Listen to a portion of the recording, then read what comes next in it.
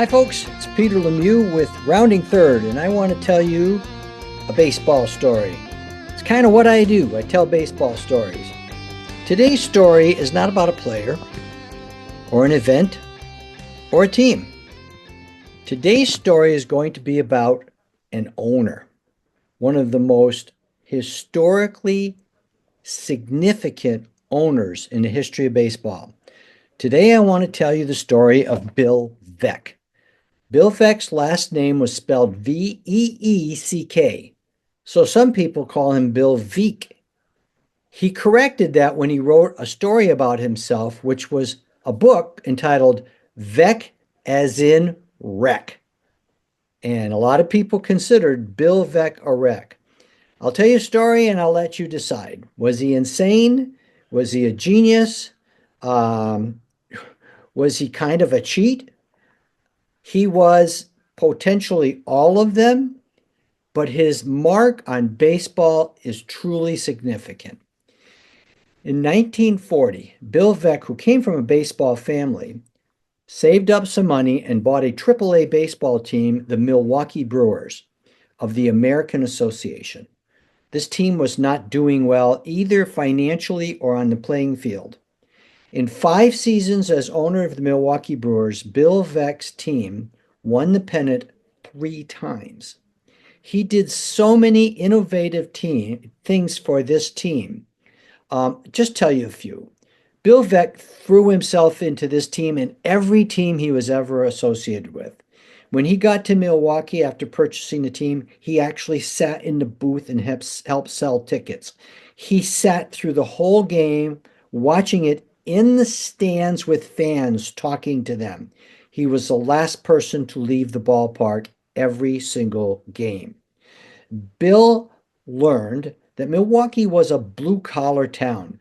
Many of the men in town worked at the breweries, and they left work to go home at 10 a.m., which made them not a candidate to go to a night game because they were sleeping or getting up ready to go to work. So what he decided to do was to have a morning baseball game so that the people leaving work could go right to the ballpark. Because you don't go home and go to bed right away. Go to the ballpark, have a few beers with your friends, and cheer for the Brewers. He promoted it. It was an extreme success. So Bill Veeck all of a sudden started to make money, and his team got very talented. But he didn't stop there. Bill Veeck wanted to develop ways to win the game. So he had a screen on wheels in right field, which he rolled out. It was a very tall screen, so it was harder to hit a home run. When the visiting team came up, he would pull out the screen, but when the Brewers came up, he would pull it back. Immediately, the American Association said that was unfair, and he had to stop it. But he could use the screen as long as it used it for both teams. So what he did is he would look at which team had better home run hitters. If the visiting team did, the screen came out. If the Brewers had better home run hitters in the game, the screen went to the side.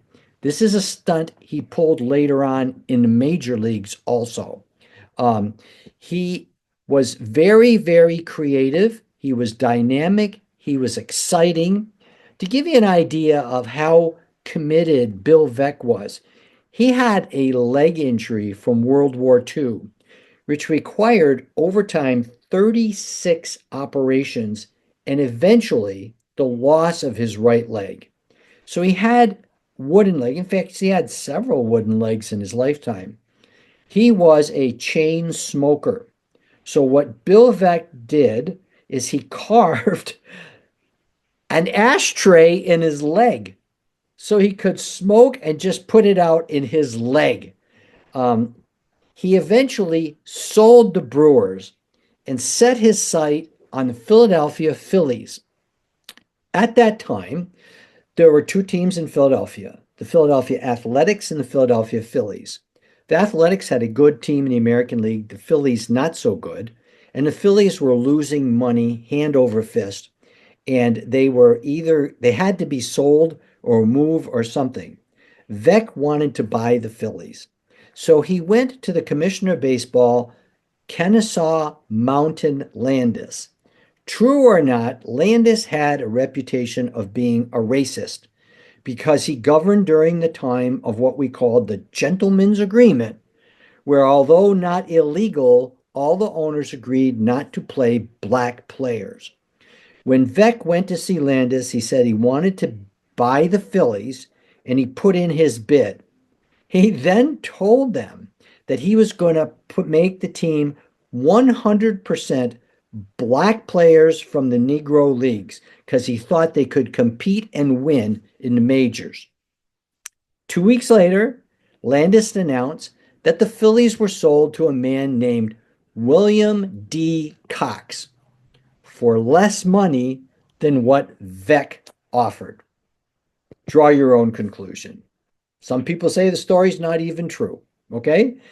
Later on, Bill Veeck purchased the Cleveland Indians. Now, the Cleveland Indians would have good teams, not so good teams, but they didn't win the World Series. I think since the 20s. I'm not sure the exact year. When he purchased the Cleveland Indians, the first major decision he made is that they used to play in a small stadium called League Park and this huge stadium called Municipal Stadium, which I think seated close to 80,000 people. So no matter how many people you got, the stadium looked empty.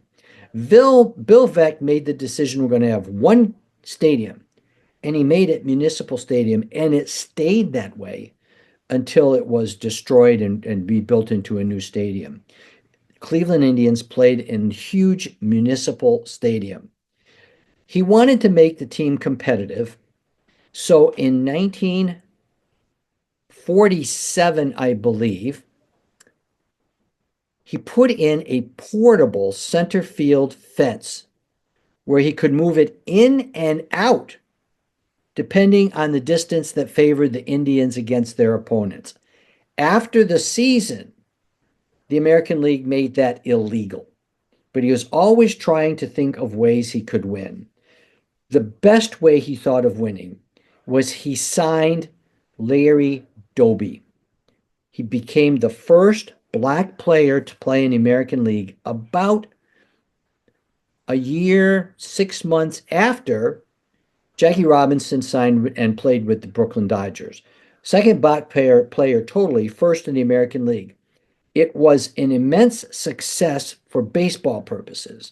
Larry Doby was one of those five-star guys. He could hit for average, hit for power, field, run, throw. He did it all. He was kind of like a Willie Mays before Willie Mays.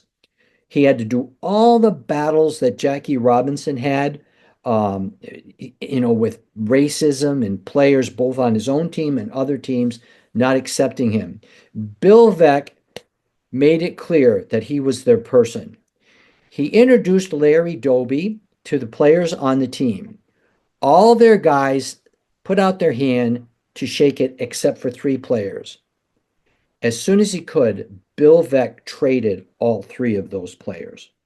So his commitment was very, very visible.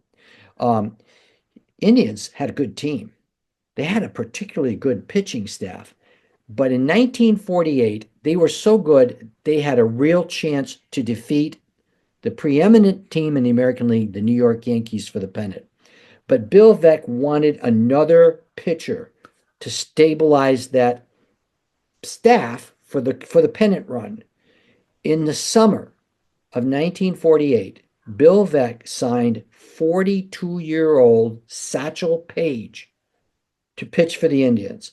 Satchel Paige pitched as a starter and then toward the end of the year a reliever for the Indians. He pitched in some big games and won several of them.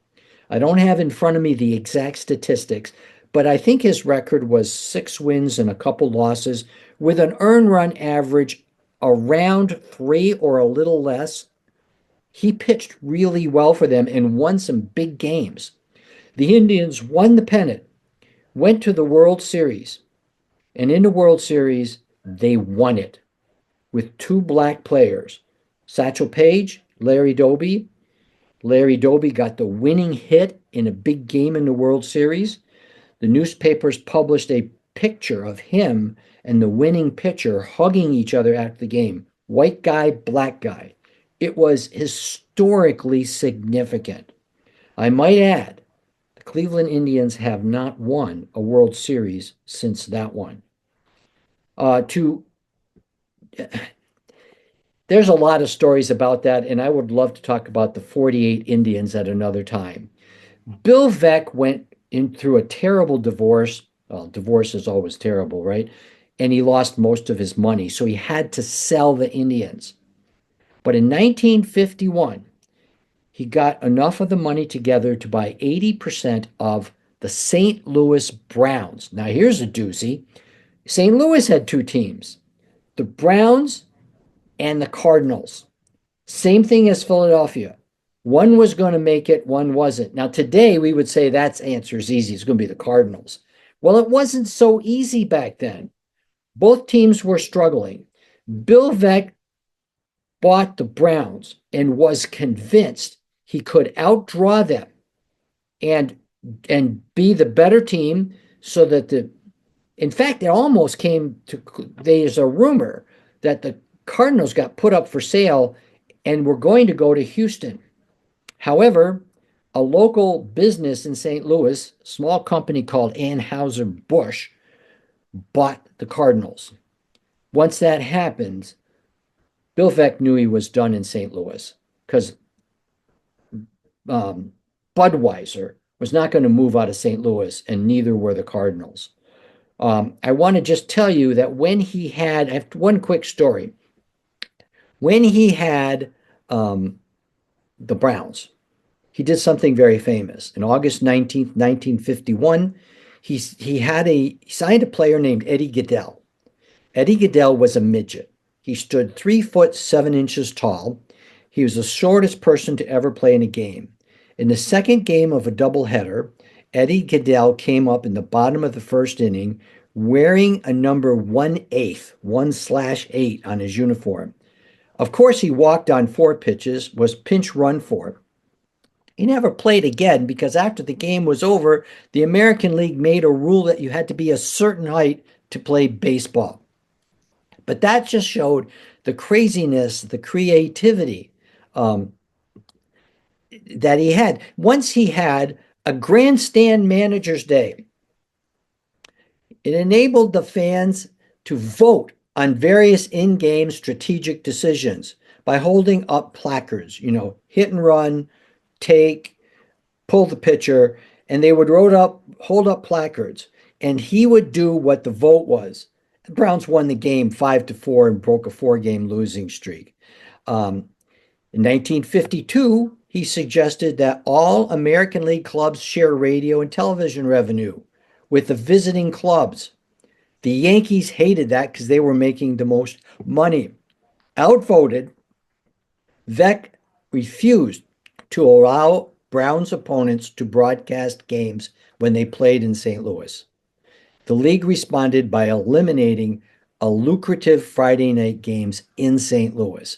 So he battled with them, and in the end, you can't battle with the big company. So when Anheuser-Busch bought the Browns, he lost the vote on sharing revenue. He sold them. The St. Louis Browns then did move. They moved to Baltimore, where today they are the Baltimore Orioles. Bill Veeck wasn't done. He came back by purchasing the Chicago White Sox. In 1959, his White Sox won the pennant and came very close to winning the World Series. American League teams didn't win many pennants. It was Yankees, Yankees, Yankees. Indians in 48, Bill Veeck. 59, White Sox, Bill Veeck. So his, what we called Go-Go White Sox, did make it to the World Series. He did some things in the stadium that today we consider normal. He had an exploding scoreboard, shooting fireworks when they hit home runs. After that, he pretty much disappeared from baseball when the White Sox were sold. He sold the White Sox. He had another publicity stunt up his sleeve. After the reserve clause was struck down and entered into free agency. Bill Veeck was the only baseball owner to testify in support of Curt Flood in free agency. He proposed a gradual transition to a free agency system in which the players could gain free agency rights after a certain time of service. Sound familiar? The owners gambled that they would rule in their favor, and they voted to retain the reserve clause. It didn't work out for the owners. 1976, Bill Veeck activated a player named Minnie Minoso. Minnie Minoso he was from one of the Caribbean countries, and he activated him in 76. He was quite old, so that after batting 8 times, Minnie Minoso could claim that he played in 4 different decades. He did that also so that Minnie could qualify for a pension plan. Minnie did it again in the next decade, so he's the only player to play in 5 decades. Bill Veeck invented a program called Rent a Player, which is done now by everyone. Once free agency came, his idea was, let me have players who were in their last year of their contract and were going to become free agents, and their team was not going to pay them. So he would sign them for 1 year knowing he was going to lose them. And that's done all the time now. And he had success with it and brought some pretty exciting players into his team. Finally, I want to tell you one other story. When he was with the White Sox, he had an announcer named Harry Carey. Now, we all know Harry Carey as a Cubs announcer, right? Before that, he was with the White Sox. And he told Harry Carey to sing "Take Me Out to the Ball Game" during the 7th inning stretch. The story goes, Harry refused that. And he told Harry, it doesn't matter. I have a recording of you singing it. We're going to play the recording, or you're going to sing it out loud. Harry sang it out loud. It became a tradition. When Harry got fired by the White Sox and hired by the Cubs, it became Harry's calling card. Came from the brain of Bill Veeck. So that's some stories about Bill Veeck. Unfortunately, he was not only a chain smoker, but he was also a heavy drinker. He died at the young age of 71 of cancer, but he died leaving an immense mark on our baseball stories. So I want to introduce you to and encourage you to go out and learn more about Bill Veeck. All you people who listen to me have done a wonderful job of supplementing when I say. So I'm going to ask you, tell me your Bill Veeck story or your owner's story, that we can just remember these beautiful things that make us love baseball so much. So I'm Peter Lemieux.